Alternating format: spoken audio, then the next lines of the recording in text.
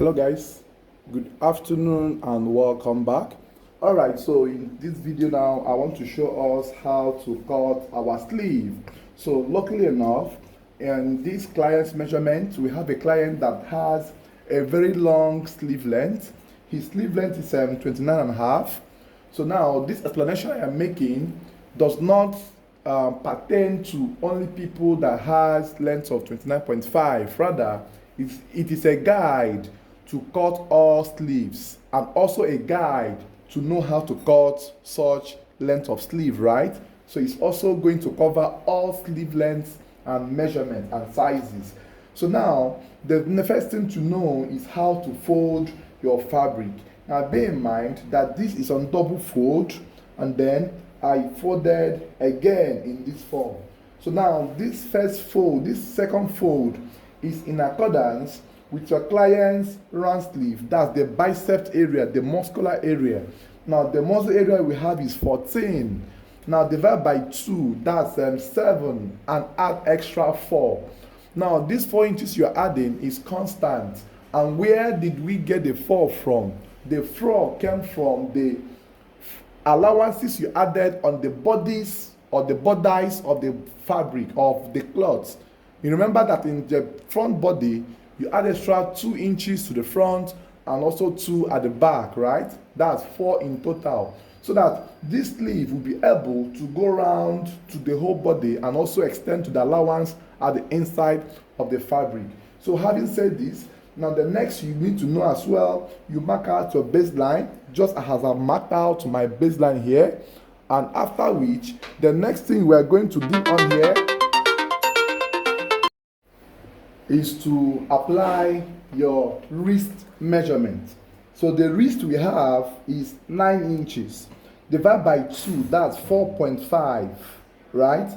Then add extra 1 for pleating. Pleating is that folding you see that appears at the side of shirts, right? Now it appears on all long sleeves. So add extra 1, that's making it to be 5.5. Be in mind that this 1 inch should not be divided. It should not be like 9 plus 1 over 2. It's not gonna work, right?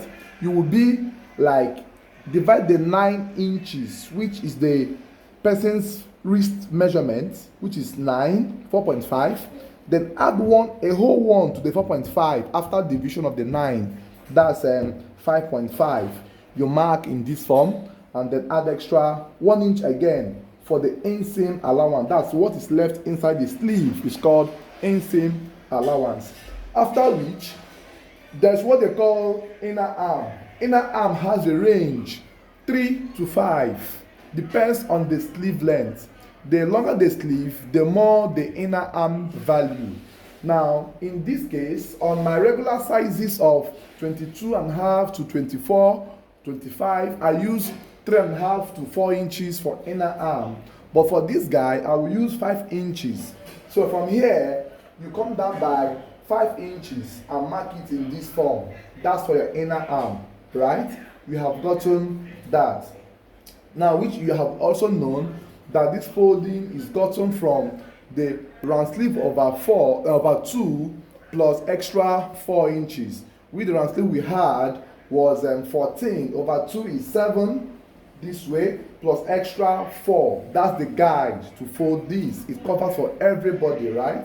Having said that as well, now the next to do is to connect this 4.5 or 5, depends on what you have marked for your own sleeve, and then connect to the sleeve and fold just like this, and measure from this point to this point. So you have 13 inches here. Get the middle, 6.5 of this distance. Then divide the first half I get into 2, 3.25. Also divide this one I get into 2, 3.25, right? That's what we have here. Then this center one should be left untouched. The one here at the middle should be left untouched.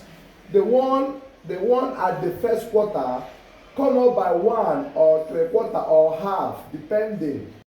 So now you come up here by either half an inch, 3/4 or 1 is your choice. the one at the middle, leave it untouched.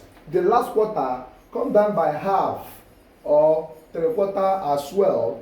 After which, use your freehand sketch, connect from the sleeve edge to the 1/2 inch high to the middle. Back, this one will come down by 1 inch, not half, sorry, 1 inch here, 1 inch. Then connect all through from here and go back to the 5 inches you have marked. And from there, you can use your hip cuff or freehand sketch, make a disjointed lines and connect it to your 1 inch allowance at the wrist area. Please bear in mind that the reason I am using color chalk for this is because of I want you guys to see it. But on your markings, don't use color chalks on your client's white fabrics, please. So even though you use color chalk, don't make it to be so thick. Make it a light marking, so it will be easy to wash off. So go up through this way, and this is what you have for your sleeve. So I do hope this will guide you through to draft your sleeve and go about your sewing. Thanks for watching, guys. See you on the next one. Bye bye for now.